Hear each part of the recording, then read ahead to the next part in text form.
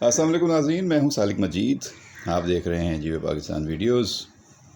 آج ہے 9 اگست 2025 اور کراچی میں موجود ہوں. بارش تو نہیں ہو رہی، پرندے چہچہا ضرور رہے ہیں اور سورج بھی ابھی کوئی اتنی زیادہ بتاؤ سے نہیں ہے، لیکن یہ ہے کہ جولائی ہمارا اچھا گزرا کراچی میں اور اب اگست بھی بہتر گزر رہا ہے، لیکن بغیر بارش کے گزر رہا ہے. ہلکی پھلکی بوندا باندی یا فوار جسے کہتے ہیں وہ کراچی میں آتی رہتی ہے، لیکن جو تیز بارش ہونی چاہیے تھی مونسون کی وہ کراچی میں نہیں ہوئی. تو آگے اگست کے اینڈ تک بارشیں ہونے کا امکان ہوتا ہے، دیکھیں شاید کراچی میں بارش ہو جائے. آج میں آپ سے کچھ پرانی باتیں یاد کر رہا ہوں. ایک تو یہ کہ پہلی مرتبہ جب مجھے گوادر جانے کا موقع ملا بائی ایئر، تو میں نے کاکپٹ میں بیٹھ کر جہاز میں پائلٹ کے ساتھ گوادر کا جو ایریل ویو تھا وہ لیا اور جو لینڈنگ تھی وہ میں نے دیکھی، تو اس کے بارے میں بتاؤں گا. دوسرا یہ کہ میں نے کوئٹہ کا پہلا سفر کب کیا، اور میں نے وہ روڈ کے ذریعے سفر کیا تھا اور واپسی پہ بذریعہ ٹرین سفر بھی کیا، کیونکہ دونوں چیزیں میں آبزرو کرنا چاہتا تھا. تو ہمیں موقع ملا تھا وہاں پہ، اس زمانے میں نیشنل گیمز ہو رہی تھیں پاکستان کی کوئٹہ میں، تو میں اسپورٹس رپورٹنگ کرتا تھا. تو جو ہمارے اخبار کے ایڈیٹر تھے اس وقت اسپورٹس ٹائمز کے انیس صدیقی صاحب، انہوں نے پروگرام بنایا کہ چلتے ہیں کوئٹہ. تو ہم لوگ کراچی سے کوئٹہ گئے تھے اور پھر وہاں سے واپسی پہ جاتے ہوئے بائی روڈ گئے تھے اور واپسی پہ ٹرین پہ آئے تھے. تو یہ دونوں سفر اور ان کی یادیں میں آج آپ کے ساتھ تازہ کر رہا ہوں.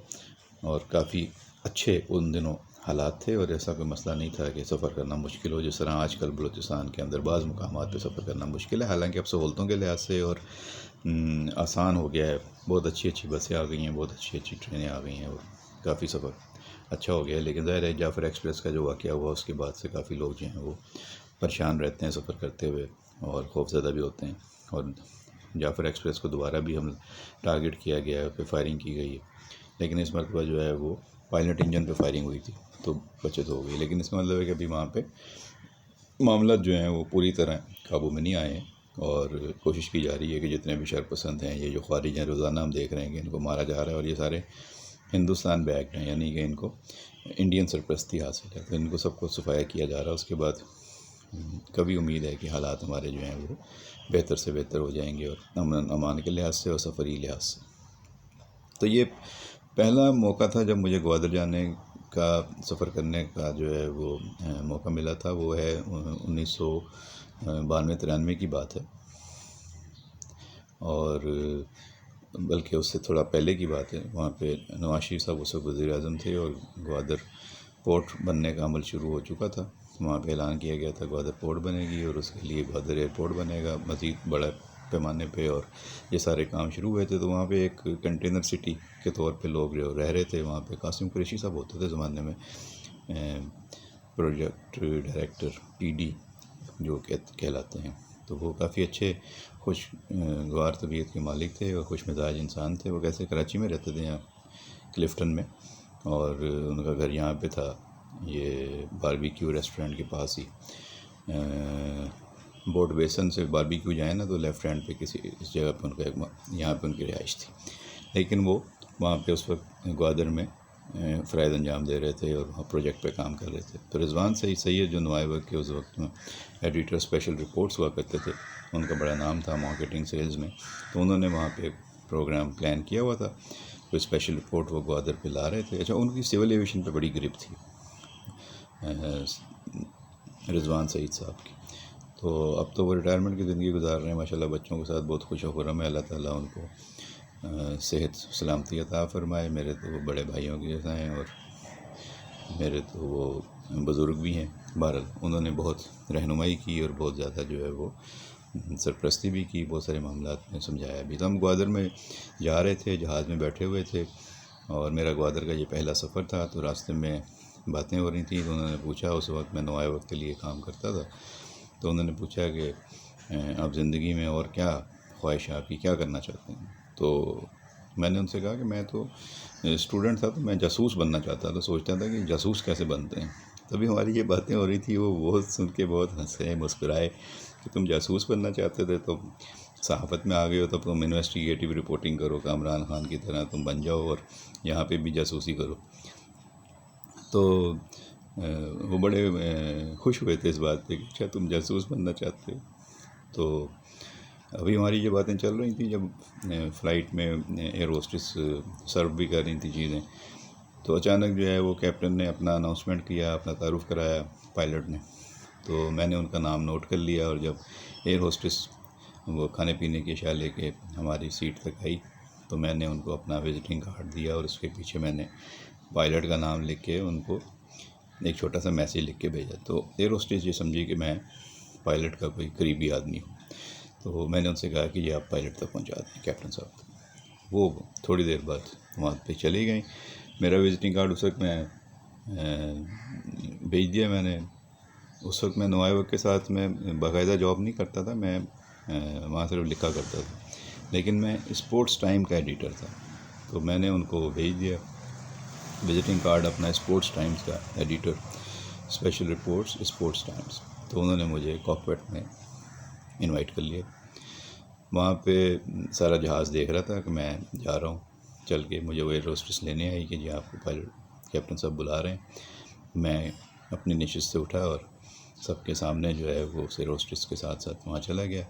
کاکپٹ کا دروازہ کھلا اور مجھے اندر بلا لیا، اور 2 پائلٹ بیٹھے جہاز اڑانے کے دوران اپنی خوش گپیوں میں مصروف تھے۔ انہوں نے مجھے ویلکم کیا، اور مجھے بھی اپنے دونوں پائلٹس نے اپنے ساتھ پیچھے ایک بیٹھنے کی تھوڑی سی جگہ بنا کے وہاں پہ مجھے انہوں نے کہا کہ آپ بیٹھیں۔ ہمارا تعارف ہوا ایک دوسرے کے ساتھ، اور انہوں نے اپنا تعارف کرایا، میں نے اپنے بارے میں بتایا۔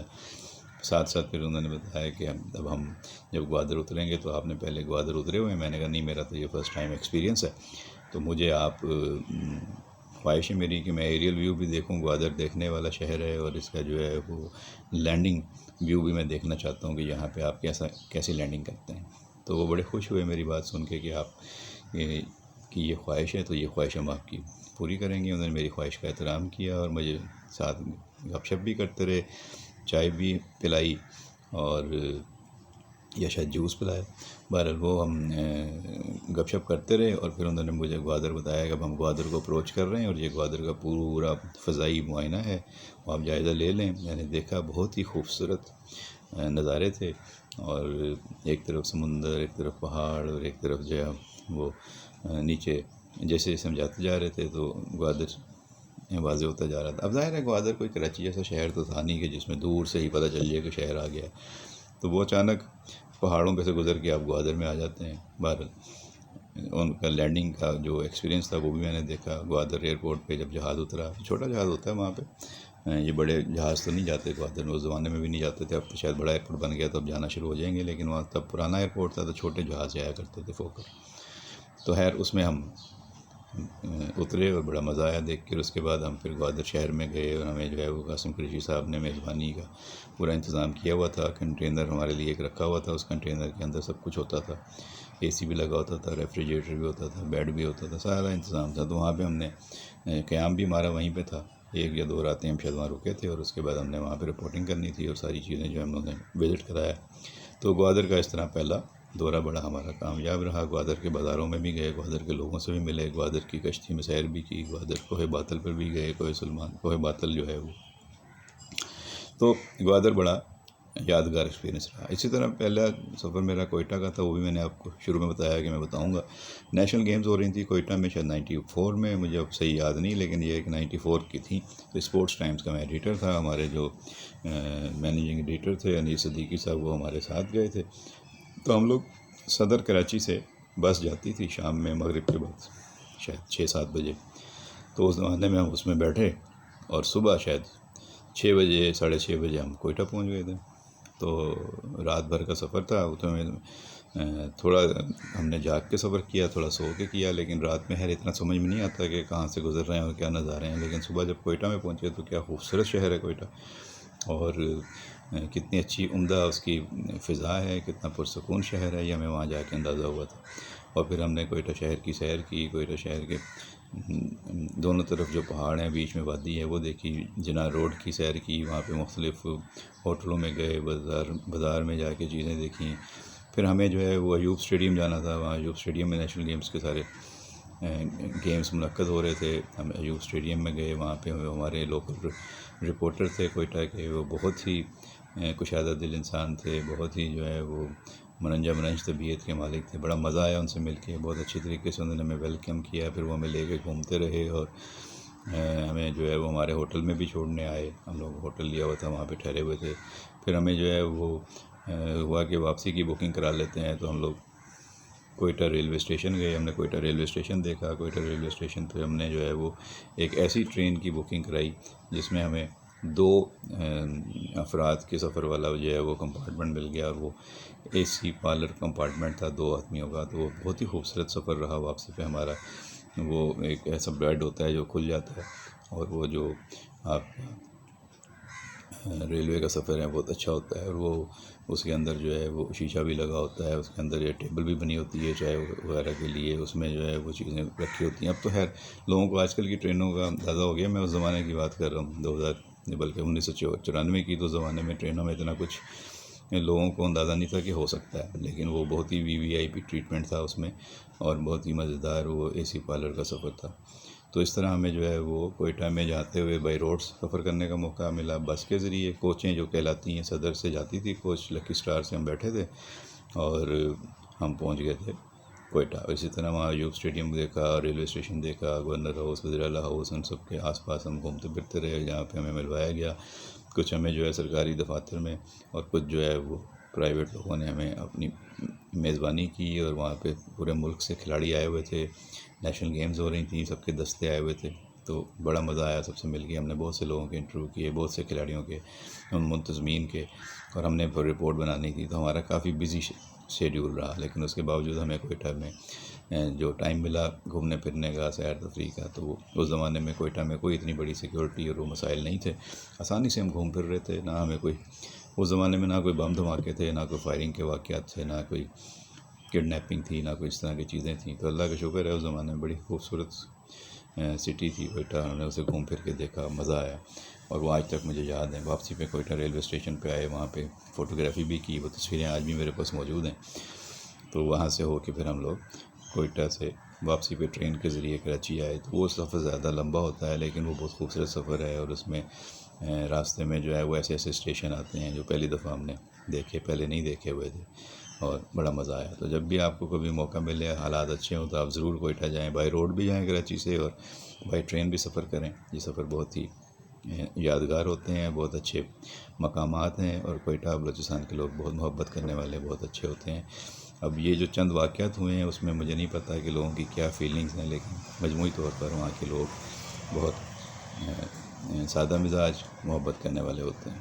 تو یہ یادیں ہیں. انشاءاللہ آئندہ ویڈیو میں مزید کچھ باتیں یاد آئیں گی تو وہ بھی آپ کے ساتھ شیئر کروں گا. ویڈیو پسند آئے تو لائک اور شیئر ضرور کیجیے گا. اپنا خیال رکھیے گا. بہت شکریہ.